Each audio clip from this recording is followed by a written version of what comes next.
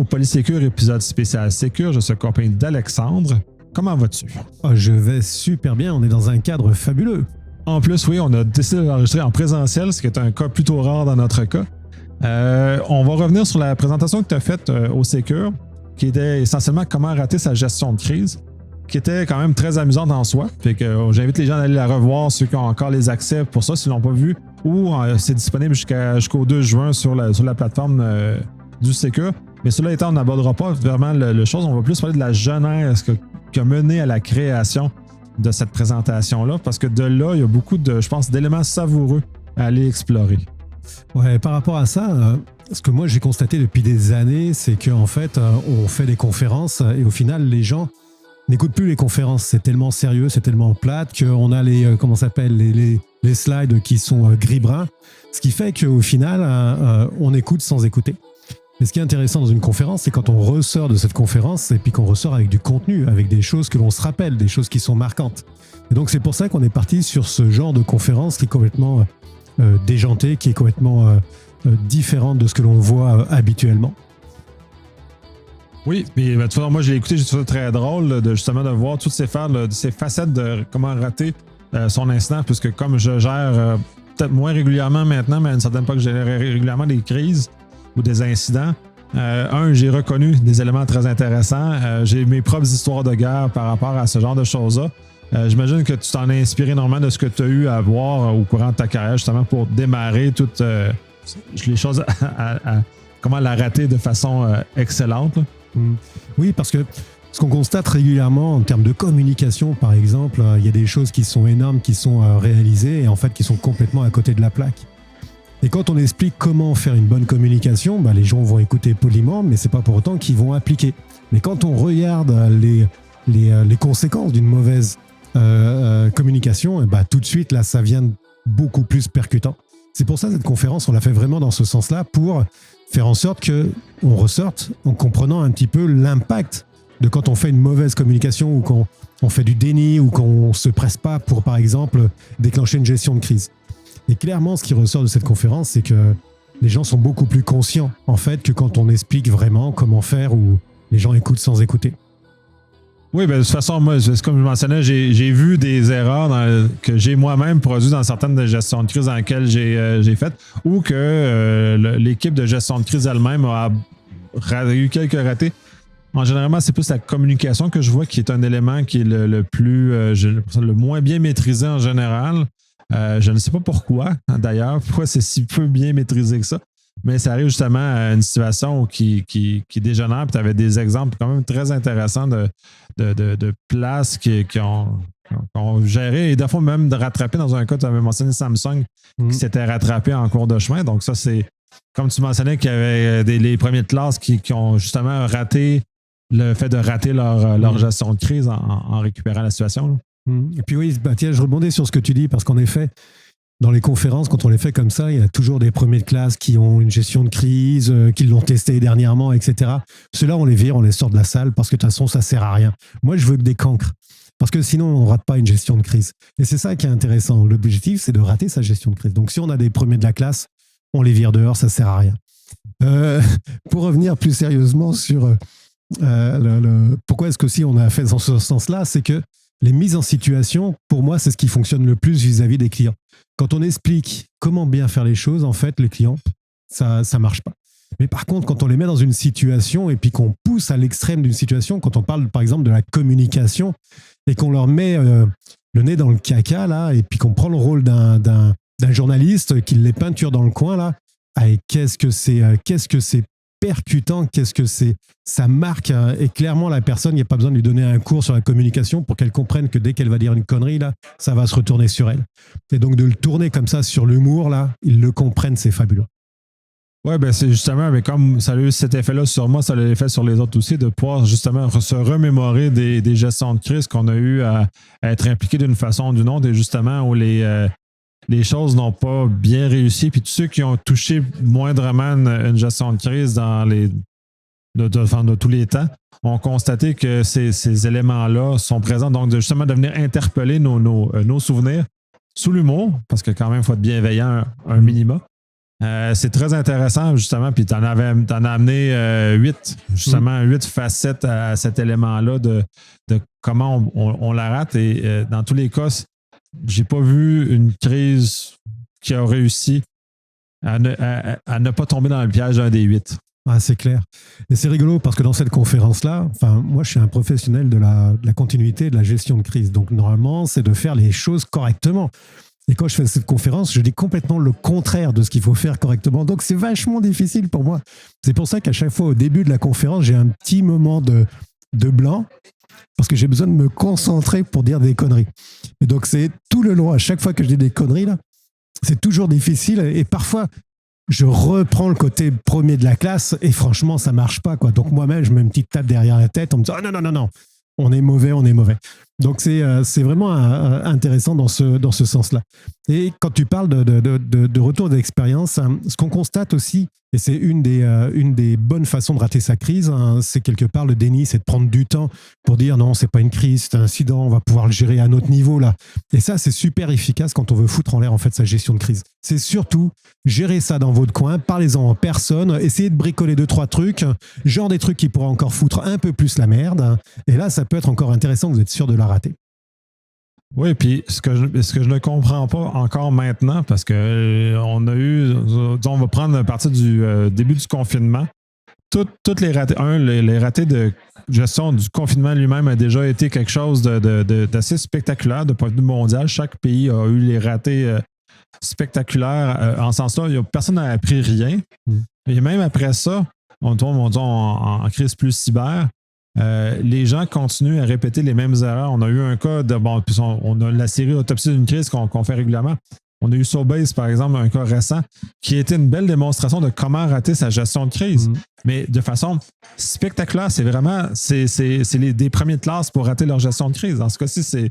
Mais pourquoi? Et je ne comprends pas. Encore de nos jours, ils s'entêtent à faire ces choses-là qui, pourtant, on le sait tous. C'est pour ça que l'humour marche bien. On sait tous que ça ne devrait pas se faire comme ça, mais ils le font quand même. Ils s'entêtent quand même. C'est fascinant. Là. Ouais, c'est fascinant. Je ne sais pas non plus pourquoi, mais je pense que c'est peut-être qu'ils veulent premier de classe, parce que parler en bien, parler en mal, mais parlez-en. Et peut-être qu'ils sont dans ce modèle-là, et plus on va faire une gestion de crise de merde, plus on va se rappeler. Et en effet, Sobeys, dans 10 ans, on pourra en parler comme quoi ils ont été mauvais. Mais qu'est-ce qui va ressortir? Sobeys, c'est une société qui permet de faire un certain nombre de choses. Donc, on va se rappeler du nom de la société, pas forcément de la crise qui a été derrière. Peut-être. J'imagine que les dirigeants ne sont pas punis de façon conséquente par rapport à ce genre de situation-là. Et j'en ai pas vraiment vu de situation où les gestionnaires ont été punis. Desjardins, il y a eu quand même quelques éléments qui en sont sortis. Parce que depuis le temps, ça a beaucoup coulé, mais il y a eu quand même une restructuration importante chez Desjardins suite à l'incident de 2019. Mais c'est un cas qui est en marge des autres, que la gestion ouverte et sur la place publique est plutôt rare. Eux sont des premiers de classe, sont pas les cancres qu'on voit encore maintenant. Fait que même après qu'une compagnie comme ça ait fait une gestion, même on pourrait regarder comme la STM à Montréal, qui a été quand même très ouverte aussi également sur sa gestion de crise pour du rançon-logiciel, c'est la minorité. Ça ne fait pas partie de l'ensemble de l'environnement dans lequel on vit maintenant. C'est une forme d'entêtement mystérieux. Ouais. C'est complètement mystérieux, alors qu'on le sait pertinemment et en communication, c'est assez énorme. C'est que plus tu caches les choses, plus elles vont se voir. Et ça, ils ne le comprennent pas. Et à chaque fois qu'on voit une crise, les premiers mots, c'est oh, on a un petit problème technique, ça va se régler incessamment sous peu. Mais ils le savent très bien qu'ils sont dans la merde. Ils le savent très bien que ça va prendre plusieurs jours. Mais non, ils s'entêtent dans ce genre de communication à la con là, qui a aucun sens. C'est encore d'autant plus drôle parce que ça a l'effet Streisand, c'est-à-dire que plus ils s'entêtent à dire ce qui n'existe pas, plus ils attirent l'attention sur eux autres et donc ça aggrave la perception publique du dérapage de gestion parce que c'est pas. Puis même, il y en a qui sont allés jusqu'à poursuivre pour justement faire taire, dans lequel ça multiplié, là, comme c'est techniquement le vrai effet Streisand.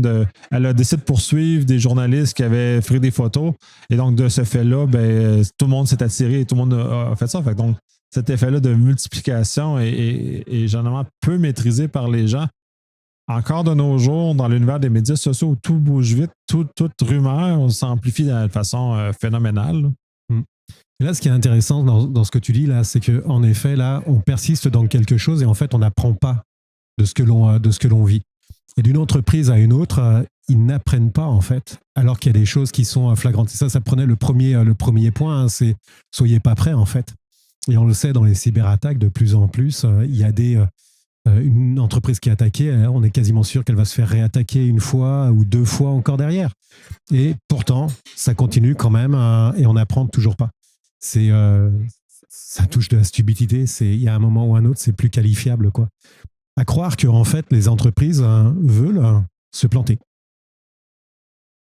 Oui, c'est ça. Cette forme d'aveuglement-là est très particulière parce que c'est comme si ils ne voyaient pas ce qui se passait ailleurs. C'est comme si eux étaient spéciaux, eux étaient différents. On a comme cet élément-là, à quel point l'univers tourne autour d'eux. C'est quasiment du narcissisme. À la limite, là, son personnalité en tant qu'humain, c'est du narcissisme parce que les autres ne voient juste rien d'autre.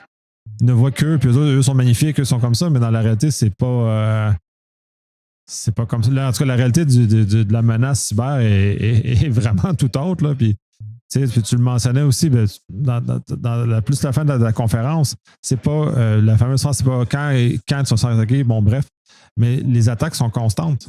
On vit dans un environnement hostile et très hostile. C'est aussi ce que les gens ne maîtrisent pas, c'est que il y a toutes en plus le pire, puis probablement la plupart des vulnérabilités publiques qu'on entend, ou en tout cas les classiques, c'est probablement juste des cibles d'opportunités. C'est juste que leur sécurité était tellement faible que les malveillants sont rentrés comme un couteau chaud dans du beurre mou. Ils sont rentrés, puis ils ont vidé, puis ont fait de la communication. Ensuite, ils ont fait du bruit avec ça.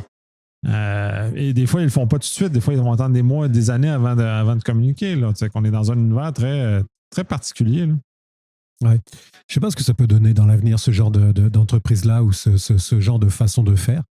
De plus en plus, le public est habitué à ce genre de cyberattaque. Donc, en fait, ça devient de moins en moins quelque chose d'exceptionnel. Et limite, la communication, les gens oublient, en fait. Quelque part, les gens ils oublient assez rapidement et ils pardonnent. Quand on voit, par exemple, la communication qui a été faite autour de Volkswagen sur l'histoire de pot d'échappement, il y a plein de bagnoles Volkswagen qui s'achètent maintenant. Ils ne se rappellent pas, en fait, de l'escroquerie qu'il y a eu derrière tout ça. Donc, les gens oublient. Donc, ce qui fait que il y a une tolérance à la non-maîtrise de la communication qui se fait. Et puis, on avance là-dessus tranquillement. Et puis, on va gérer le moment présent. Le futur, on le verra. Il y a quand même des boîtes qui finissent par couler, là. Mais la majeure partie des boîtes, au final, s'en sortent. Dans les cas d'un instant de cette nature-là, oui. Il y a eu des cas plus dramatiques où ils ont perdu leur TI. Combien sont disparus pour d'autres raisons.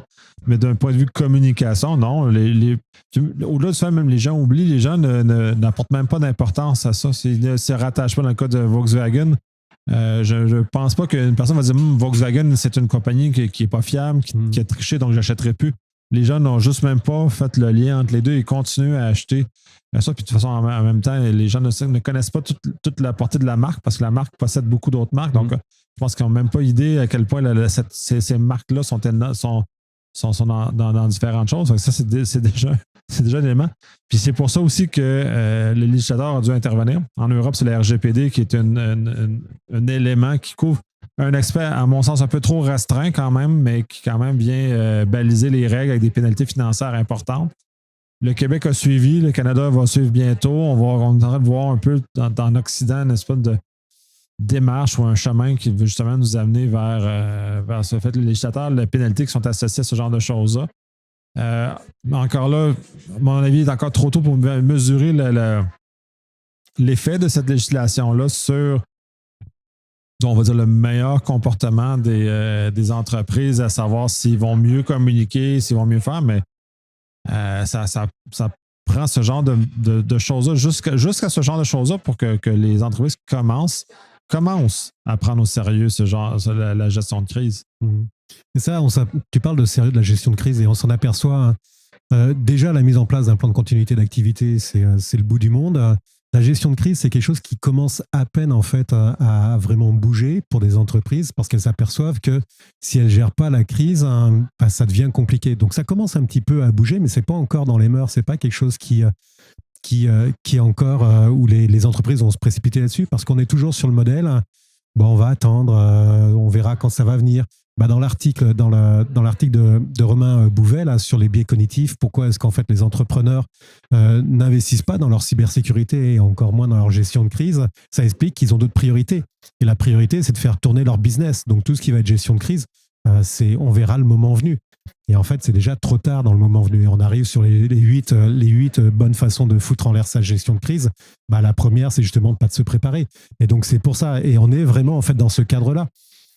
Parce qu'il y a d'autres priorités dans les entreprises. Hein, et la gestion de crise, la continuité des affaires, ce n'est pas une de leurs priorités. Leur priorité, c'est de développer le business, faire en sorte que l'entreprise continue à fonctionner au quotidien. Et le reste, on verra quand ça va arriver. Oui, mais même encore là, on a vu des entreprises au Québec qui ont vécu où leur modèle de production a cassé à cause d'une crise de cette nature-là pendant plusieurs semaines, si ma mémoire est bonne. Donc, ça a quand même des impacts. Dans le cas de Sobeys, c'était la même chose où il y a eu quand même des impacts importants. Au niveau financier, c'est énorme la perte qu'il y a là, mais les actionnaires tolèrent ce genre de perte-là. Donc, ça devient comme une espèce, comme tu mentionnais, les gens ne s'en souviennent pas, ça devient comme une forme de tolérance à ça. Il y a tout aussi l'effet des assureurs qui est là-dessus. T'en as mentionné dans le côté, genre les 9 éléments pour justement ne pas rater sa gestion de crise, parce que tu as quand même fait quoi les deux côtés. La cyberassurance, c'est un élément important et les gens vont l'apprendre pour justement ne pas avoir à faire le vrai travail.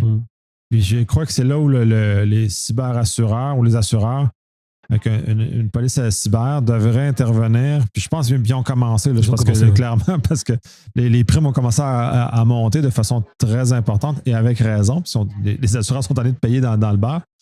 Mais en même temps, c'est de voir comment ce levier-là pourrait devenir justement un levier intéressant pour que, un financier, parce que là, les primes vont diminuer, plus le législatif de l'autre côté. Mais même encore là, ce que j'entends autour, les gens ne prennent pas ça au sérieux, mais c'est comme, puis tu sais, je suis un micro-entrepreneur là, en cela, ou un solopreneur, puis un peu comme toi, puis ma business, c'est ma vie. Fait que si je perds ma business, moi, je perds mon gagne-pain. Fait que de me retrouver dans une situation comme ça est insoutenable. Fait que j'ai de la misère à imaginer que des entrepreneurs n'aient pas ce même niveau de préoccupation face à la pérennité de leur entreprise, à la continuité, parce que c'est quand même leur gagne-pain, c'est quand même, il y en a beaucoup qui ont mis énormément d'énergie dans ça, puis ils sont prêts à laisser voir prendre en feu ou ils ne comprennent pas. C'est peut-être ça.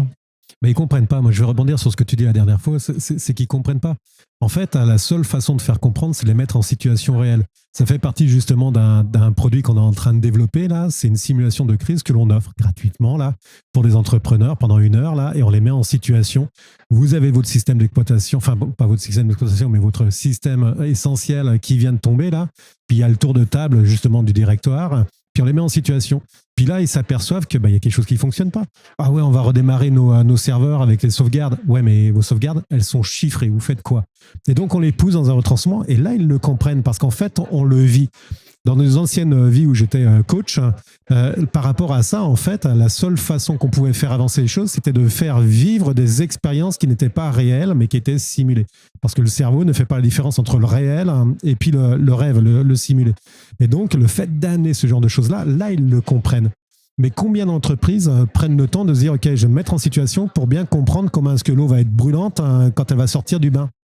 Et donc, ils ne font pas l'effort. Donc, c'est pour ça qu'on l'offre gratuitement pour qu'ils le comprennent. Donc, 1 heure, c'est quelque chose de vraiment très, très court par rapport à ça. Parce que il faut qu'ils le vivent pour le comprendre. S'ils ne le vivent pas, ils ne le comprennent pas. C'est trop loin, en fait, de leur réalité. Perdre mon entreprise sur un incendie, mais il y a combien d'incendies de mes concurrents? Il n'y en a pas. Combien d'entreprises autour de moi ont été cyberattaquées? J'en connais pas, parce que de toute façon, on n'en communique pas. Donc, on reste dans un espèce de flou, dans un espèce de bulle en disant, mais ça n'arrive pas, parce que autour de moi, j'ai pas d'amis qui se sont fait cyberattaquer. Pourtant, il y en a plein, mais on n'en parle pas. Donc, du coup, en fait, pour un entrepreneur, il ne le voit pas, ça. Donc, il le voit quand il a les pieds dans la merde, hein, et puis qu'en effet, tous ses serveurs sont bloqués. Là, il le voit à ce moment-là, mais c'est généralement trop tard. Ouais, c'est très abstrait, là, puis de toute façon, là, on prend dans le monde réel, les gens vont s'installer un système d'alarme dans leur maison qu'après se fait voler, pas avant. On est un peu dans ce rêve gentil dans lequel il n'y a rien de mal, il n'y a pas d'incendie, comme tu mentionnais. Quoique maintenant, de toute façon, les normes obligent, ou il y a beaucoup de règles qui obligent les gens à s'assurer puis à prendre les mesures nécessaires même pour les incendies et ces choses-là, parce que, encore une fois, si les gens ne sont pas forcés à exécuter des mesures de base, ben, les gens ne font pas attention. Bon, l'histoire nous l'a montré combien de fois ou combien d'erreurs ça a pris avant qu'on apprenne. Là, on prend l'exemple des ponts, par exemple. Les ponts tiennent parce qu'il y a eu beaucoup de ponts qui sont tombés, parce qu'il y a eu beaucoup d'erreurs, puis maintenant les gens maîtrisent ça parce que c'est fait comme ça. Puis d'ailleurs, c'est l'exemple que je reprends régulièrement. Si les ponts étaient construits comme nos systèmes TI, moi, j'irais sur aucun pont. Là. J'aurais tellement peur qu'il tombe au moment où je passe dessus que j'éviterais possible. Mais les gens ne le perçoivent pas comme ça, le perçoivent comme c'est magique, comme ça tient, comme ça. Jusqu'à temps que le désastre arrive, puis que là, ils perdent tout, ils sont malheureux.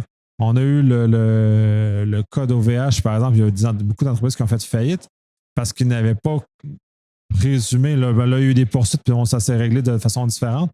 Mais cela étant, les gens n'étaient pas prêts parce qu'ils n'ont pas signé le contrat de backup. Parce que c'est marqué pas de backup. Ah non, moi, j'en veux pas, c'est pas grave. Ça a pris feu, puis là, il n'y a pas de backup. Ben, je fais quoi? Ben, t'avais marqué pas de backup.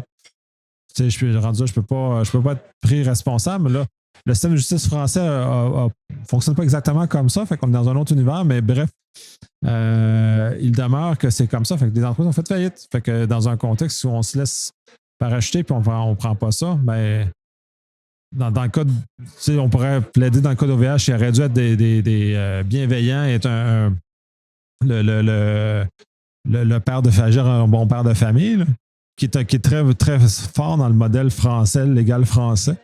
Puis c'est un peu ça qui les a coincés, mais cela étant dit, il aurait dû agir de cette façon-là, d'être bienveillant et d'assurer, mais il demeure que l'entrepreneur, ben lui, il ne l'a pas fait. Là. C'est sa responsabilité. Non, ça arrive juste aux autres. Comme tu dis, il n'y a pas d'incendie, c'est pas grave. Ben oui, mais il y a un centre de données qui a pris feu. Ça arrive. Puis on le voit, puis en plus, avec les changements climatiques, c'est l'été dernier, été 2022, il y a certains centres de données européens qui ont dû fermer en partie à cause de surchauffe parce que la capacité de refroidissement n'était pas suffisamment élevée pour maintenir le centre de données à pleine capacité. Donc, ça leur ralentit des traitements pour beaucoup d'entreprises, dont Azure, par exemple. Les centres de données Azure ont connu quelques ralentissements en Europe l'été dernier parce qu'ils n'étaient pas capables de refroidir à cause de la vague de chaleur qu'il y avait à ce moment-là. C'est toutes des choses qu'il faut. Ça, puis ce qui me fascine encore plus, c'est que les gens, pourtant les entrepreneurs aiment beaucoup la technologie pour être plus performants, mais en même temps, ils ne se rendent pas compte que c'est comme une machine de production. C'est comme la machine qui produit, fait que ça brise, c'est triste, on va mettre des moyens pour pas qu'elle brise. Mais la technologie, les TI, c'est la même chose. C'est tellement imbriqué maintenant dans notre facturation, comptabilité, la gestion des machines, la gestion des inventaires, les ventes, que si ça arrête, comme dans le cas de BRP qu'on a vu, toute la chaîne de production arrête aussi. Là, c'est grave, c'est beaucoup plus important. Il y a plusieurs choses dans ce que tu dis là. Sur le dernier point, la notion de blackout en fait informatique, hein, et on a fait un dossier sur le magazine. Prenons simplement l'exemple d'une carte de crédit en fait d'un fournisseur Mastercard ou autre qui est indisponible. Hein. Ben, en fait, tu ne peux plus retirer aucun argent liquide. Tu ne peux plus payer. Donc, si tu as besoin de faire ton plein d'essence, c'est foutu. Tu n'as plus d'essence. Si tu as besoin de faire ton épicerie, c'est foutu. Tu ne peux plus faire ton épicerie. Et ça, en fait, les gens s'en aperçoivent pas seulement quand il n'y a plus d'accès en fait, à la carte de crédit. Donc, combien de personnes ont de l'argent liquide sur eux? De moins en moins. Donc, on arrive en fait sur un système, l'hyper-présence de l'informatique. Hein, on est totalement dépendant de l'informatique. On ne peut plus rien faire sans informatique. Ta montre, ton accès à Internet, etc. Là, tu vas chercher ton réservation de train. Tu n'as plus d'informatique, tu es dans la merde. Tu veux prendre ton billet d'avion, c'est foutu. Donc, ça, il y a un enjeu qui est excessivement important. On ne s'en aperçoit pas. Il y a très, très peu de personnes qui sont au courant et puis qui sont conscients, qui se préparent à ce genre de choses-là. L'autre chose que tu parlais, c'était sur la notion de tout ce qui est cyberassurance. Moi, je suis quelqu'un qui est pas mal épris de liberté. Mais devant la connerie, là, je pense qu'il y a un moment ou un autre, faut mettre des cadres et la notion d'obligation pour les assurances qui veulent prendre, enfin pour les entreprises qui veulent prendre des cyberassurances, de montrer patte blanche et d'avoir un minimum de choses pour pouvoir éviter d'utiliser l'assurance, je pense que c'est une nécessité, ça devrait être une obligation. Donc il y a certaines maintenant législations qui obligent, des lois qui obligent un certain nombre de corporatismes, les bancaires, les milieux financiers, tout ça, qui sont obligés de s'appuyer sur des lois. Mais il n'empêche que ça nécessite une obligation, une contrainte des entreprises de faire les choses pour pouvoir obtenir quelque chose. Dans le cas des cyberassurances, de plus en plus, on se retrouve sur le fait que pour pouvoir prendre une cyberassurance, il faut que tu aies un plan de continuité, il faut que tu aies une cybersécurité qui tienne la route, il faut que tu répondes à un certain nombre d'obligations. Et ça, je pense que c'est vraiment nécessaire. Donc, c'est contraignant pour les entreprises. On le voit avec la loi 25, justement, où c'est une contrainte pour les entreprises. Mais sans ça, en fait, on fait tout et n'importe quoi, et surtout n'importe quoi. C'est pour ça que je trouve que c'est très intéressant, quelque part, même si je suis épris de liberté, là, que parfois, il y a un moment ou un autre, on contraigne les entreprises, parce que si les entreprises tombent, c'est la société qui tombe derrière ça, là. Donc, ça nécessite de mettre des garde-fous. Oui, c'est ça. C'est le niveau de dépendance qu'on a à l'heure actuelle est quand même immense pour avoir vécu des problèmes. Mais on fait juste prendre une carte de crédit. On fait frauder sa carte, elle vient bloquer. Donc, si c'est le seul moyen de paiement qu'on a à notre disposition, tout a arrêté. C'est hyper chiant parce qu'à une époque, ça m'est arrivé. J'avais qu'une seule carte. Elle a été fraudée, donc elle a été verrouillée. Et ça m'a pris 2 semaines avant de revoir la carte de remplacement. Fait que j'ai été 2 semaines avec pas de moyens, qui était mon moyen de paiement privilégié à ma disposition. Fait que là, j'ai tombé plus sur de l'argent et d'autres éléments, justement, en repli. Maintenant, j'ai plus qu'une carte, justement, pour m'éviter ce genre de situation-là. Et de fournisseurs distincts. Je n'ai pas 2 cartes de la même institution. Fait que vraiment m'assurer que je suis à plusieurs endroits. Puis c'est très intéressant parce que j'ai beaucoup exploré au niveau des cartes de crédit. Les seuils de détection d'éléments ne sont pas pareils selon les fournisseurs, les institutions bancaires. Donc, c'est important d'en avoir plusieurs parce que quand on voyage souvent, il arrive que la carte se fasse verrouiller de façon préventive. Et en voyage, c'est toujours un peu embêtant. Fait que c'est d'avoir une deuxième d'une autre institution qui ne se verrouillera probablement pas selon les mêmes éléments est très important justement à ce moment-là de naviguer avec ce genre de choses. Fait que moi-même, j'ai eu à subir certains avaries avant de commencer à me mettre à pas, mais peut-être contrairement à d'autres, ça m'en prend juste un élément pour avancer, puis parce que ça m'emmerde trop. Tu sais, maintenant, j'ai plusieurs fournisseurs, on en a déjà parlé sur un autre épisode, j'ai plusieurs fournisseurs cellulaires, j'ai plusieurs liens Internet, il y a juste mon électricité à l'heure actuelle pour ça qui n'est pas faite parce que mais je suis sur le point, on a des changements climatiques, fait que les pannes de courant, comme on a connu là, au moment où on enregistre, la semaine dernière, il y a eu le verglas, c'est une bonne partie du Québec. Encore une fois, c'est le verglas 2.0. Les gens ont encore été pris de court cette fois-ci. C'est beaucoup moins grave que ce qu'il y avait eu dans les années 90 dans le coin de Montréal, parce que là, c'était les grandes lignes de transport qui étaient tombées. Dans ce cas-ci, c'est juste des lignes résidentielles, mais il demeure qu'il y a énormément de gens qui ont vécu très longtemps sans ça. Donc, comment ils font pour se chauffer, comment ils font pour se nourrir, ce qui est dans le congélateur, c'est perdu, tout ce que ça comporte comme situation. Personne n'est prêt à ce genre de choses-là. Et là, tu vois, sur ça exactement, là, l'expérience, les exercices, ce genre de choses-là. Moi, j'invite en fait toutes les personnes qui écoutent, prenez une journée là et décidez de ne pas utiliser l'électricité. Juste ça. Et vous allez voir dans quelle merde vous êtes. Vous prenez le samedi, là, parce que le samedi, tout le monde est à la maison, on veut regarder Netflix, on veut faire des trucs comme ça. Là. Vous décidez pour toute la famille, bon déjà, vous allez vous faire lancer des rushs, c'est clair, surtout par les enfants. Mais vous coupez l'électricité de la maison, là, vous essayez de vivre une journée sans électricité. Alors au Québec, comme tu le dis, hein, on est un petit peu habitué parce que parfois, on a des coupures dues aux intempéries. Mais en France, il n'y a pas énormément de coupures. Je crois que ça se fait vraiment très très rare, sauf de façon volontaire, avec nos syndicalistes, avec les retraites, mais je ferme la parenthèse. Message à toutes ces belles personnes. Donc faites cet exercice-là pour justement là, vous entraîner à ça. Carte de crédit. Moi, je me suis retrouvé, en fait, ma carte de crédit professionnelle, elle a été purement et simplement arrêtée. dans mon institution bancaire qui est fabuleuse aussi. Je les remercie au passage. Ça commence par un B, ça finit par un O. Par rapport à ça, en fait, ils m'ont bloqué ma carte parce qu'ils ils ont eu un problème sur leur carte de crédit. Ils ont été cyberattaqués, peu importe. Donc, c'est bien qu'ils aient bloqué la totalité des cartes. Et en fait, ils ont changé la totalité des cartes. Sauf que moi, ils m'ont envoyé aucun courrier pour me dire ça. Donc, je me suis retrouvé dans un repas d'affaires où je devais payer le repas justement à un client. Mais en fait, c'est le client qui a été obligé de payer le repas.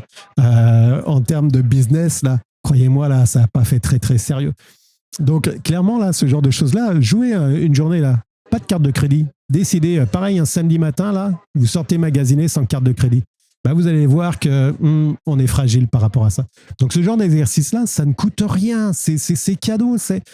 On peut s'amuser avec ce genre de choses-là, mais qu'est-ce que c'est percutant? Qu'est-ce qu'on comprend? Comment est-ce que comment est-ce qu'on est attaché à ce genre de choses-là? L'électricité, l'informatique, l'argent plastique, ce genre de choses-là, là. On est tellement habitué là que si on n'a pas là, on est dans la merde. Coupez l'eau aussi à la maison là. Vous allez voir. Cherchez les sources d'eau à la maison là où vous pouvez boire de l'eau potable sans que ça arrive du robinet ou sans que ça arrive d'une bouteille. Très beau jeu intéressant pour vous. On est très dans le survivalisme. On va conclure sur ça. C'est un très beau retour sur ta conférence que j'invite encore les gens d'aller voir s'ils l'ont pas regardé parce que justement, l'effet humoristique nous aide à remettre en perspective, justement, à nous éveiller correctement à ces éléments-là. Je te remercie pour ton extrême générosité. C'est toujours un plaisir d'échanger avec toi. Merci.